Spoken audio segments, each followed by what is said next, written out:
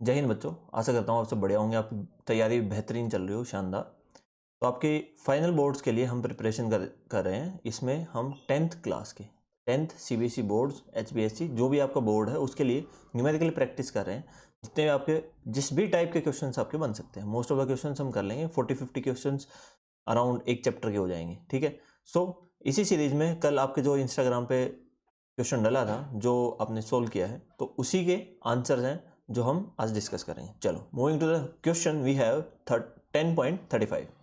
So it would cost a man rupees 3.50 to buy 1 kilowatt of electric energy from the main electricity board. Okay, so we need to write. देखो, ये commercial unit का question है, आपके previous year में आया हुआ है। Just एक नॉलेज के लिए आपको पता होना चाहिए। So first, it would cost a man rupees 3.50 to buy 1 kilowatt hour of electricity. Okay, now उसका जनरेटर है, his generator has a maximum power. इसका जो जनरेटर है, these are all given things. Generator power maximum is 2 kilowatt. This generator produce energy at this maximum power for 3 hours and time क्या है, time will be 3 hours. ठीक है, ये generate कर सकता है ये जनरेटर। ठीक है, आपको देख के बड़ा कॉम्प्लिकेटेड सा लग रहा हो, अभी थोड़ा सिंप्लीफाई करते हैं। Calculate how much it would cost to buy the same amount of electricity. अच्छा, इसने अपने जनरेटर से इतनी इलेक्ट्रिसिटी ये प्रोड्यूस कर सकता है, तो इसके बजाय अगर ये इतनी ही इलेक्ट्रिसिटी अगर बाहर से परचेज करता है अपने इलेक्ट्रिसिटी बोर्ड से, तो इसको कितने रुपए में पड़ेगी। ठीक है, तो मतलब इसमें से पहले निकालना पड़ेगा कि ये जो जनरेटर है इससे ये कितनी इलेक्ट्रिसिटी यूज करता है। 3 घंटे के लिए यूज करता है, जिसकी पावर 2 किलोवाट है। ठीक है, तो हम यहां से निकालेंगे एनर्जी। नाउ एनर्जी क्या होता है, पावर इनटू टाइम। पावर क्या है 2 किलोवाट और टाइम क्या है 3 आवर्स। टोटल कितना हो गया 3 इंटू 2 6 किलोवाट आवर। नाउ हमने आपको पढ़ाया था this is a commercial unit, ये होती है आपकी कमर्शियल यूनिट। इस कमर्शियल यूनिट का हम यूज करते हैं, इस 1 किलोवाट को कहते हैं 1 यूनिट। 1 यूनिट जो आपके बिजली में बिल आता है, 1 यूनिट की का बिल आता है, तो वो इलेक्ट्रिसिटी कितनी कंज्यूम करी है आपने, उस चीज का बिल आता है। ठीक है, तो ये हो गया आपकी एनर्जी।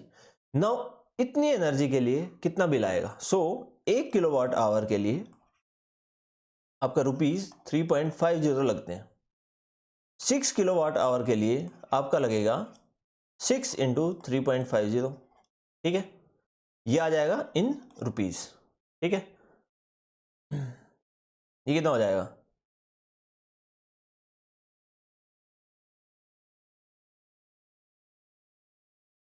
ठीक है 21 रुपए आपका बिल आएगा।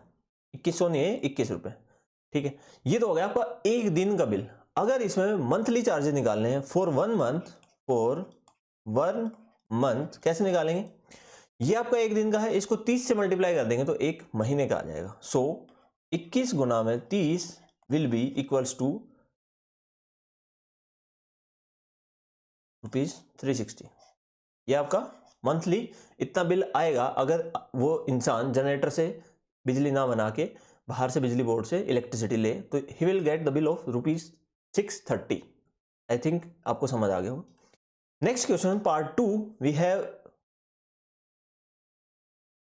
a student boil water in an electric kettle for time. So given we have time which is 20 minutes. क्या ये SI में नहीं, we will convert it।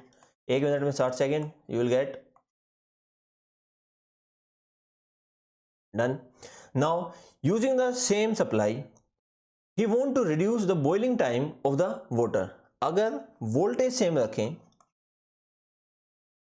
और इस टाइम को उसको रिड्यूस करना है, to do so should he increase और decrease the length of the heating element. तो हीटिंग एलिमेंट की लेंथ वो डिक्रीज करेगा इंक्रीज करेगा। देखो, using Joule's law we have heat produce I² RT।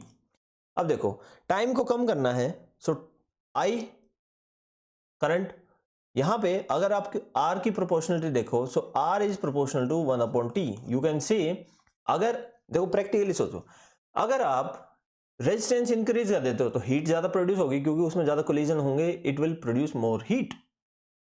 Means अगर आप रेजिस्टेंस को बढ़ा देते हो तो कम टाइम में ज्यादा रेजिस्टेंस होगा, कम टाइम में ज्यादा हीट प्रोड्यूस होगी। ठीक है, आई होप ये समझ आ गया होगा। So we need to increase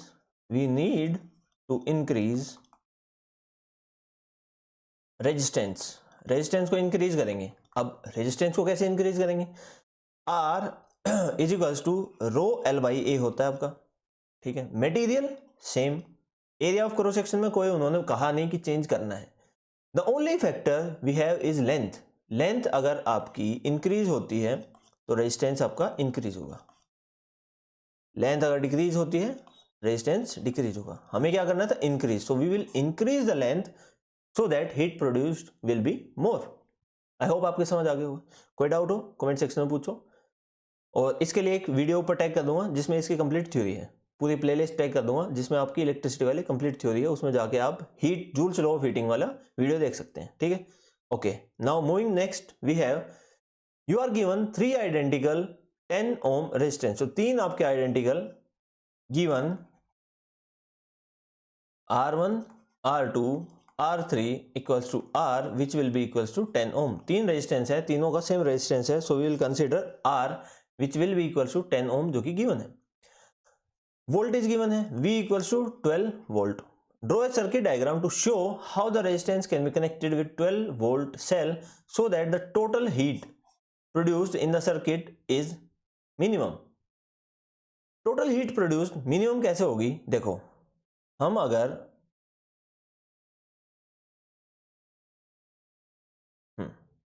अगर हम इनको सीरीज में कनेक्ट करते हैं,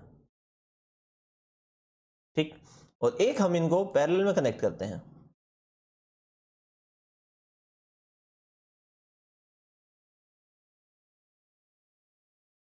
तो इस कॉम्बिनेशन का रेजिस्टेंस क्या होगा?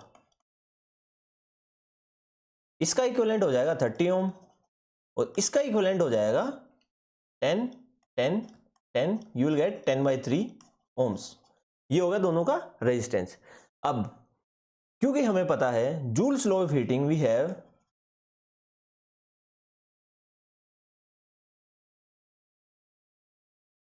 और हम कह सकते हैं I² RT और you can say VIT, this is the formula we have. क्योंकि वोल्टेज सेम है, V सेम है, करंट पे डिपेंड करेगा या फिर टाइम पे। अब total heat produce in the circuit is minimum heat कब प्रोड्यूस होगी? ठीक है, तो यहां से अगर इस फॉर्मूला से हम करंट निकाल लेते हैं, इस सर्किट में करंट निकाल लेते हैं जिसमें R टोटल आपका ये है, V टोटल आपका 12 वोल्ट है, इसमें this is your R total, V total is 12 volt. Using Ohm's law, अब इसमें अगर हम लगाएं using Ohm's law, you have V total equals to I total into R total. Now यहां से I total will be V by R total। तो इस case में, इस पैरेलल वाले केस में क्या हो जाएगा? I total will be equals to V by T, sorry R। So V क्या है? 12, R क्या है? 10 गुना 3, it will be 3.6 ampere. In this case you will have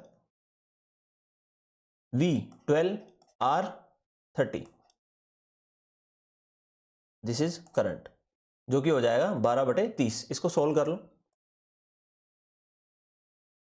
0.4। Series वाले केस में you will have current in series as 0.4 ampere and in case of parallel I in parallel will be 3.6 ampere. ठीक है,